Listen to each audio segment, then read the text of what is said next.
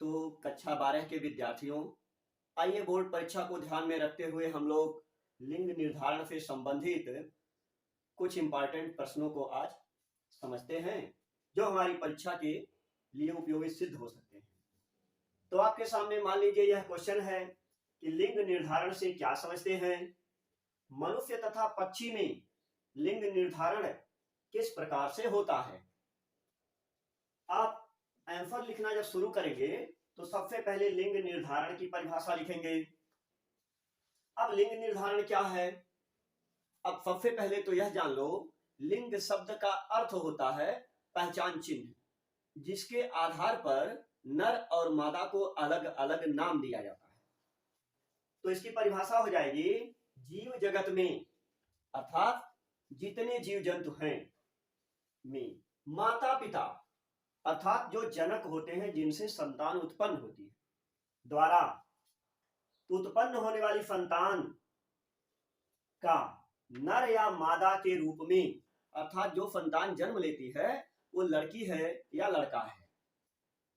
जानवरों में आ जाओ तो उनमें भी नर और मादा होते हैं, जैसे घोड़ा है या घोड़ी है, बकरी है या बकरा होगा। इस तरह से सभी जीवों में अलग अलग नर और मादा के नाम होते हैं। तो हमको यहां समझना है, जीव जगत में माता पिता द्वारा उत्पन्न होने वाली संतान का नर या मादा के रूप में निर्धारण होना, मतलब पैदा होने वाली संतान नर है या मादा है, लड़की है या लड़का है, इसी का निर्धारण लिंग निर्धारण कहलाता है। ठीक है, संतान का नर या मादा के रूप में निर्धारित होना लिंग निर्धारण कहलाता है। नर में अलग गुणसूत्र होते हैं और मादा में अलग गुणसूत्र होते हैं। आप यहीं तक लिख देंगे, परिभाषा क्लियर हो जाएगी। अब पढ़ते हैं मनुष्य में लिंग निर्धारण। आपके प्रश्न में दिया है कि मनुष्य तथा पक्षी, हमें यहां मनुष्य में लिंग निर्धारण लिखना है, फिर पक्षियों में भी लिंग निर्धारण लिखना है। समझना है कि मनुष्य में लिंग निर्धारण कैसे होता है, पैदा होने वाली संतान लड़की या लड़का कैसे निर्धारित होती है। इसी तरह से पक्षियों में भी देखेंगे कि वो नर पक्षी है कि मादा पक्षी है, कैसे है। तो लिंग निर्धारण मनुष्य में कुल 23 जोड़ी आप जानते हैं, एक जोड़े में 2 होती है संख्या, तो 23 जोड़ी है तो 23 दूनी 46। याद नहीं करना, समझना है। मनुष्य में कुल 23 जोड़ी अर्थात 46 गुणसूत्र होते हैं। किसी भी मनुष्य के अंदर, चाहे वह पुरुष हो चाहे स्त्री हो, कुल 46 गुणसूत्र होते हैं। आगे बढ़ते हैं। 22 जोड़ी मतलब 23 जोड़ी में से जो 22 जोड़ी होती है, 22 जोड़ी अर्थात 44 गुणसूत्र नर तथा मादा में समान होते हैं। चाहे लड़का हो चाहे लड़की हो, चाहे पुरुष हो चाहे स्त्री हो, 44 गुणसूत्र दोनों में एक समान होते हैं, उनमें कोई अंतर नहीं होता है। परंतु 23वां जोड़ा मतलब 44 के बाद जो 2 बचती है संख्या, कुल 46, 44 बराबर तो 2 बच गए। 2 संख्या जो होती है अर्थात एक जोड़ा जो होता है वो 22वें जोड़े के बाद 23वां जोड़ा हो जाएगा।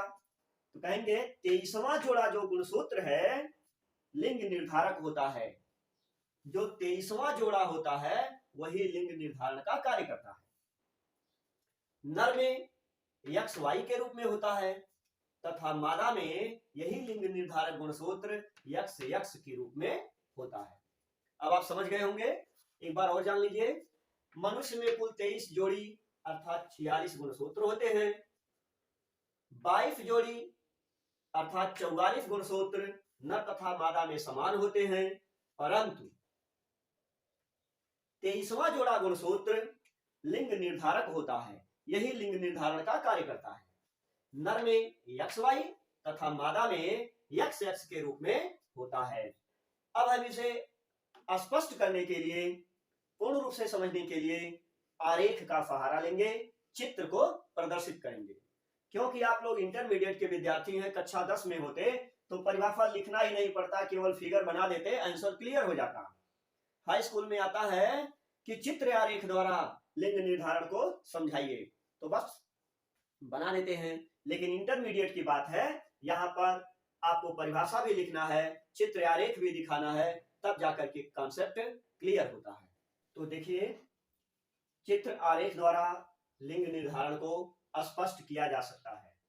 अब पुरुष और स्त्री, एक पुरुष और एक स्त्री, अब दोनों के लिंग निर्धारक गुणसूत्र, पुरुष में एक्स और वाई है, विषम रूप है, अलग अलग है, और स्त्री में एक्स वाई है, समरूप है। तो जब पुरुष का यक्ष गुणसूत्र इसके चाहे इसके यक्ष से मिलता है तब भी लड़की का जन्म होता है, और यहां पे यक्ष गुणसूत्र इफ यक्ष से मिलता है तब भी लड़की का ही जन्म होता है। मीन्स हो गया, जब पुरुष के यक्ष और वाई दोनों गुणसूत्रों में से यक्ष का संयुग्मन होता है तो मादा उत्पन्न होती है, और जब वाई गुणसूत्र युग्मित होता है, वाई गुणसूत्र इस एक्स के साथ संयुग्मित होता है, तो यक्ष और वाई, यहां भी देखिए यक्ष और वाई अलग अलग विषम रूप गुणसूत्र बनते हैं, और विषम रूप गुणसूत्र जब बनता है तो लड़के का जन्म होता है। इस तरह से लिंग निर्धारण में लड़के या लड़की के उत्पन्न होने में मुख्य भूमिका यहां की होती है, क्योंकि इसमें यक्ष और वाई दोनों होते हैं, और यक्ष आया तो लड़की हो गई, वाई गुणसूत्र मिला तो लड़का हो गया। तो लड़के और लड़की का जन्म निर्धारित होना पुरुष पर निर्भर करता है। आइए अब हम लोग पक्षियों में लिंग निर्धारण को समझते हैं। अब देखिए आप लोग, पक्षियों में लिंग निर्धारण, मनुष्य में लिंग निर्धारण की प्रक्रिया को समझने के बाद पक्षियों में लिंग निर्धारण की प्रक्रिया को समझ करके लिखा जा सकता है।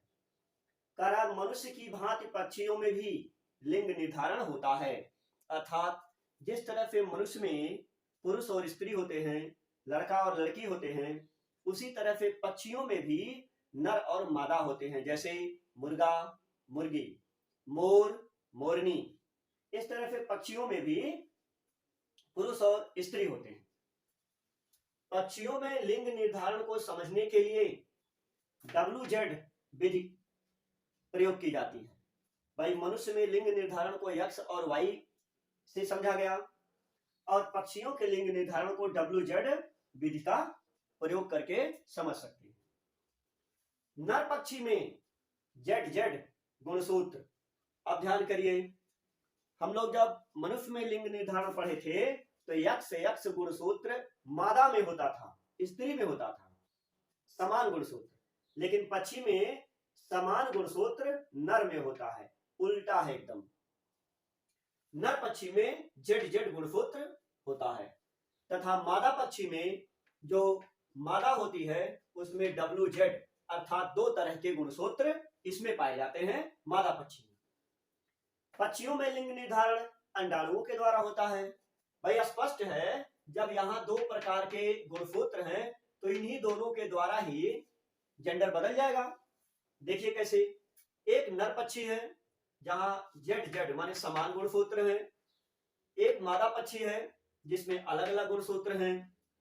जब इस नर पक्षी का ये Z गुणसूत्र, ध्यान करिए, Z गुणसूत्र मिलता है मादा पक्षी के W गुणसूत्र से, तो WZ बनता है, और WZ जब बन गया तो देखो दो तरह का गुणसूत्र मादा में होता है, इसलिए जो संतान पैदा होगी वो मादा पक्षी होगी। फिर यही Z गुणसूत्र जब मादा पक्षी के Z गुणसूत्र से मिलता है तो दोनों Z बन जाता है। अब ये संतान जो पैदा होगी वो नर पक्षी हो जाएगी, क्योंकि नर में समान गुणसूत्र होते हैं, यहां देखिए। इसी तरह से नर पक्षी का जब यह ये Z गुणसूत्र मादा पक्षी के W गुणसूत्र से मिलता है, तो देखिए W गुणसूत्र से जब मिल जाता है तो ये संतान हो जाती है मादा पक्षी, ठीक। और यही Z गुणसूत्र, इस लाइन को, यही Z गुणसूत्र मादा पक्षी के जड़ गुणसूत्र से मिलता है तो ये पक्षी नर हो जाता है। क्या देख रहे हैं कि मादा पक्षी का डब्लू जब मिलेगा तो मादा पक्षी बन जाएगी, और मादा पक्षी का जड़ जब मिलेगा, मादा पक्षी का जड़ चाहे इसके साथ चाहे इसके साथ, जहां भी मादा पक्षी का जड़ गुणसूत्र मिला वहां पर संतान जो होगी, जो पैदा होने वाली संतान होगी, वह पक्षी नर होगी। तो पक्षियों में मादा गुणसूत्र और मादा पक्षी और नर पक्षी का डिटरमाइनेशन मादा पक्षी के WZ गुणसूत्र पर निर्भर करता है, क्योंकि जब इसका W मिलेगा तो मादा बनेगी और जब इसका Z मिलेगा तो नर बनेगा, क्योंकि यहां तो हमेशा Z है, यहां पर W है ही नहीं। इस तरह से स्पष्ट होता है कि मादा पक्षी लिंग निर्धारक क्रिया में विशेष भूमिका निभाती है। नर और मादा दोनों पक्षियों के गुणसूत्र मिलते हैं, युग्मित होते हैं, तभी संतान बनती है, परंतु नर और मादा का डिटरमाइनेशन W और Z पर निर्भर करता है। जब W आकर मिलेगा तो मादा बन जाएगी और Z आकर मिलेगा तो नर बन जाएगा।